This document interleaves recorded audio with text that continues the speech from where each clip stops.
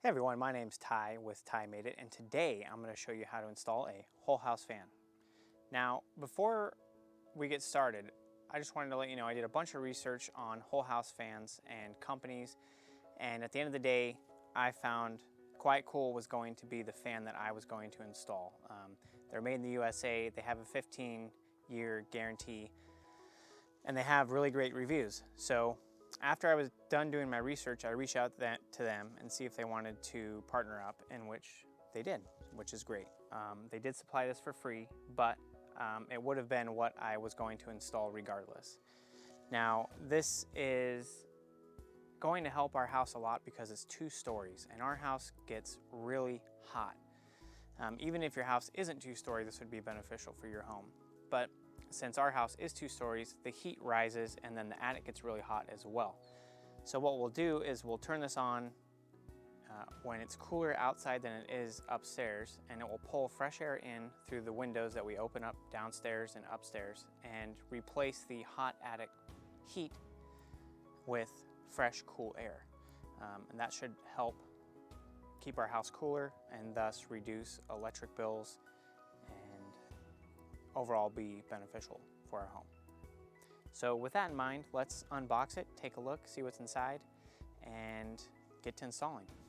So here's a quick little diagram that is on the side of their box. As you can see, the air flows in through doors and windows upstairs and then out through the fan through the attic.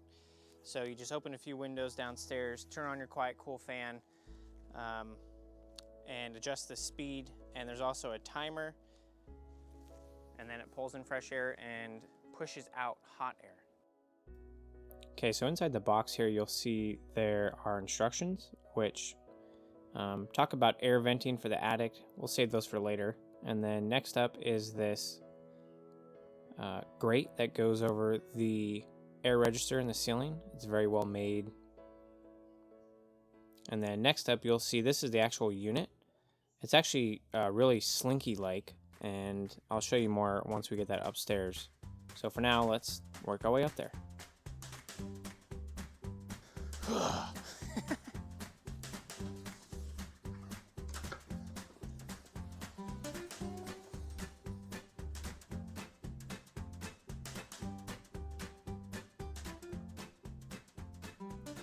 So this actually makes me laugh a lot because I had a lot of practice getting our tub up the stairs as well, and I did it just like this. And the trick is to push from the bottom so that the other end doesn't get stuck on the stairs. And once you get all the way up to the top, it's time to just take a rest.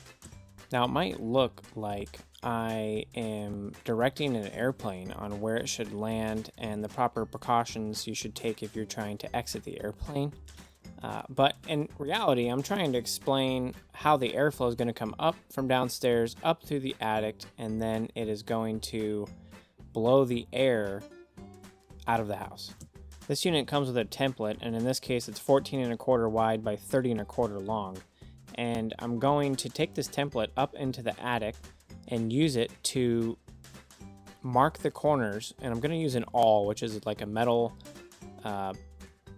poke thing, if you will, and shove that through the ceiling to find the holes as it comes through the underside.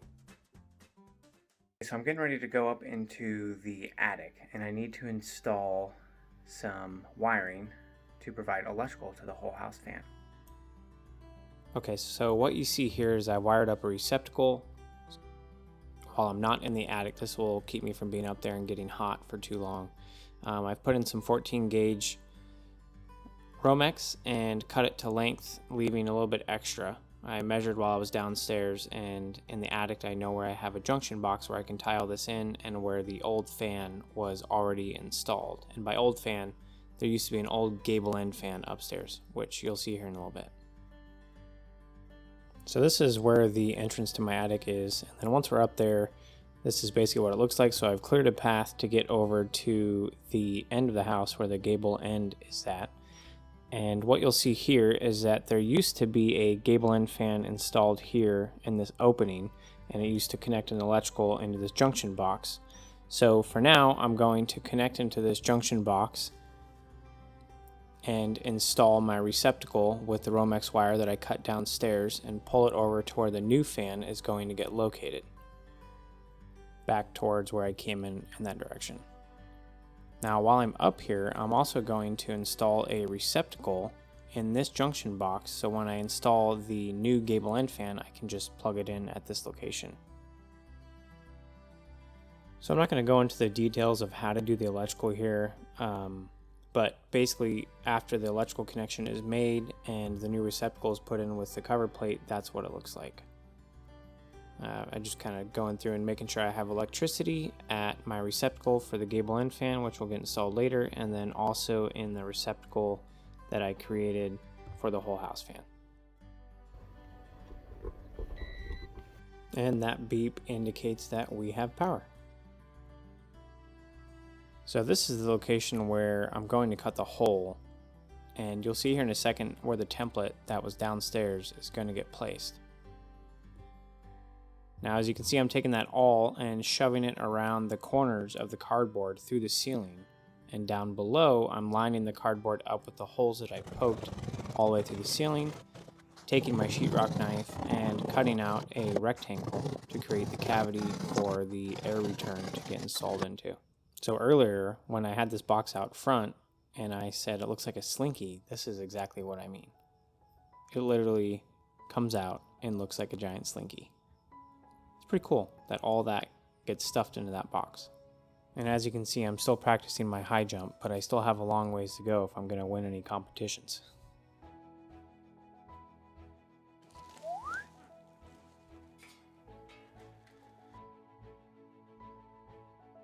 Now in the bottom of the box, there are some more parts, mostly electrical parts that you'll need to wire up the fan.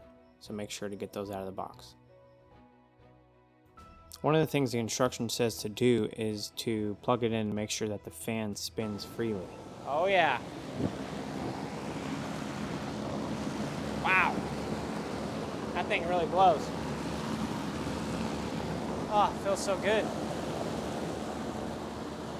It's so hot in the attics. Oh. All right. So in our attic, we don't have enough room to move the whole unit as one piece up into the attic. The hole is just not big enough. And surprisingly, everything by quietcool will fit through the hole that you cut in the ceiling. So you'll see coming up that we will be putting everything through that hole. Now, this part has different flanges, and depending on your spacing of your floor joists or studs or whatever you're connecting it to, they can be removed. And as you can see here, I'm taking the sides off because the spacing between my ceiling joists are 16" on center, and if you take the side flanges off, it'll fit perfectly between the two joists. Now it's time to move the slinky portion, aka the ducting, up into the attic. And as you can see, I put straps around it to hold it together because there's just no other way to get it up through that hole without compressing it.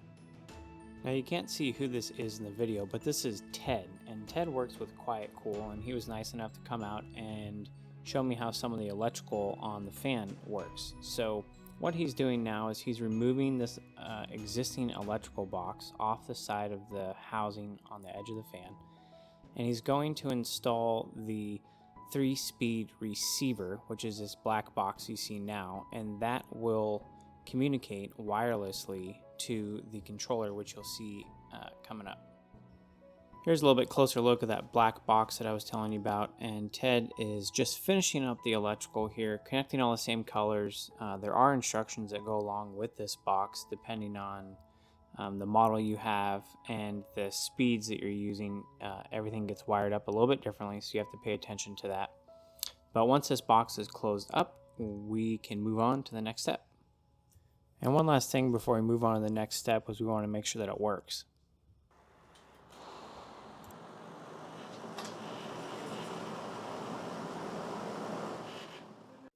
Okay, now we're finally at the next step, and that is to put the fan up in the attic.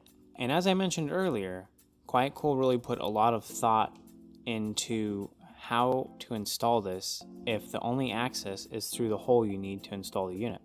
So it's pretty cool that that fan was able to come off and go directly through the same hole. And wouldn't you know it, the damper box also fits through the same hole. It's like they also planned for this too.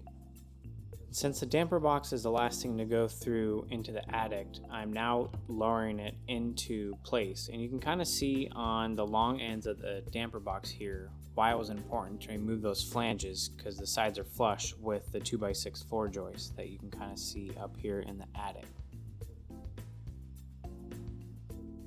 Now I have to apologize in advance, but this is kind of where video for this project got difficult since it was extremely hot up here in the attic.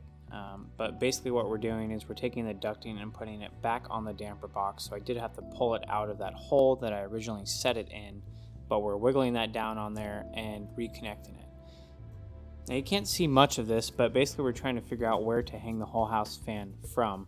The fan comes with two metal straps that are attached to the outside of the housing, and we're going to hold that up and screw it to the 2x6 roof rafters. Now since I can't really show you because the camera is blocked, what I've shown here in the bottom left is an image of a quietcool fan that is already installed. So what we're doing now is we're attaching the red portion, if you will, from this image to the rafters, and then we will follow up using that black strap-in that you see over the middle of the ducting to hold the duct up, which in turn makes the fan as parallel to the roof as possible. So the next step is Ted is going through and screwing the damper box to the edge of the ceiling joist, and this makes sure to hold it nice and rigid and won't move during operation. He's also testing the dampers to make sure that they move freely, so when the fan is in operation they can open and close. And now he's sticking on the frame that the grate will snap into, which you'll see here in just a second. So this part that he just put in gets screwed to the ceiling joist, and then also where there aren't any ceiling joists, like on the short ends where he just touched, it gets screwed through the sheetrock into the black flange on the damper box. Those are the two ends that we left that flange on, and it kind of sandwiches the sheetrock between the two parts. And last but not least, this is the grate that goes inside, and it just snaps in. It's magnetic. If you ever need to take it out, it comes with a tool. It's like a little metal hook. You stick it through the grate and grab the backside and you can pull it right out. Okay, so now that the whole house fan is installed, I wanted to give you a visual so you can kind of see how much air it actually pulls in from the outside. So let me open up this sliding glass door about a foot. We'll put the curtain in front of it and turn it on high. And to do that, I just hit the bottom button here till it is on the H, and then hit the top one for how many hours I'd like. For now, I'm just gonna do 1.